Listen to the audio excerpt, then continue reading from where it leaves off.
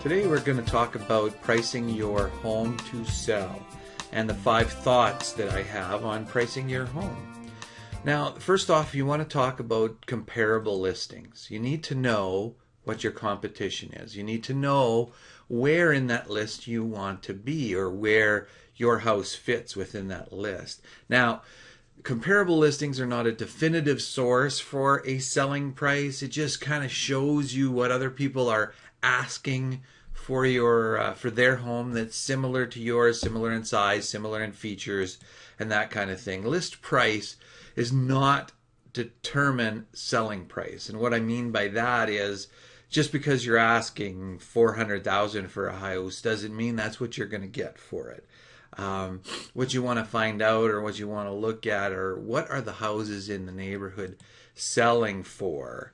Now, that's number 2, pull comparable sales. Now, it's important to know what houses in your neighborhood are selling for, what a buyer actually paid for the house. Now, pay attention to neighborhood dividing lines, and this is very important because sometimes there is a highway or a major road that separates your neighborhood from the neighborhood next door, and the house prices can be different across that street. It happens. So just because a bungalow in your neighborhood next door is selling for $200, maybe the bungalows in your neighborhood are selling for $210, $215, just because of the age or maybe a little bit of the features of the neighborhood, more mature trees, things like that. You also want to compare similar square footage within 10% up and down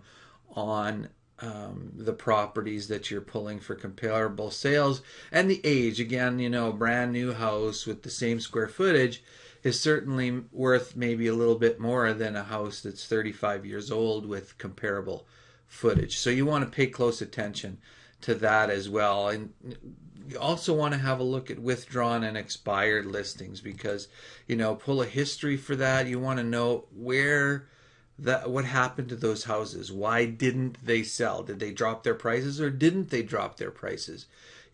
Adjust the prices on yours for lot size and features and see, well, if somebody wouldn't pay that for that house, they certainly wouldn't pay this for my house. So it's really important that you also have a look at that as well. Then you want to have a look at pending sales, check and see how many houses in the neighborhood are selling or currently been negotiated on. See how many days on the market they've been.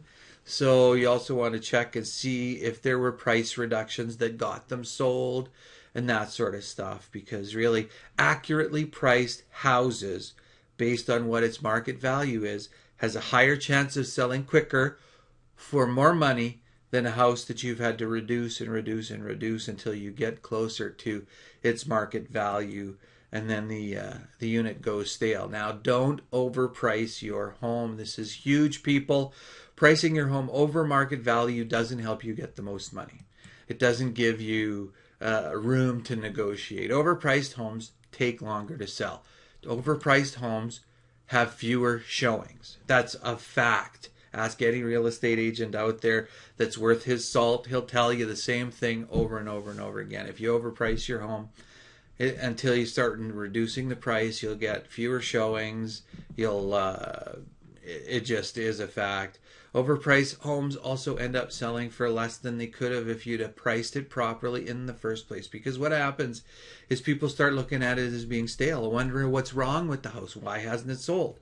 Why does he keep reducing his price? Is there something wrong with it?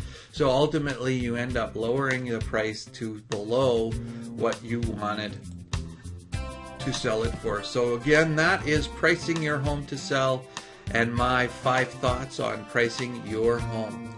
Make it a great day.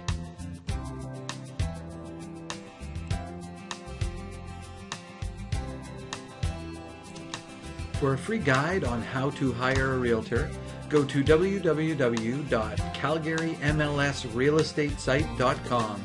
In this guide, you'll receive tips for hiring a realtor, 5 reasons why you need to hire a realtor, 15 things you need to know before you hire a realtor, Again, go now for instant access to the guide at www.calgarymlsrealestatesite.com.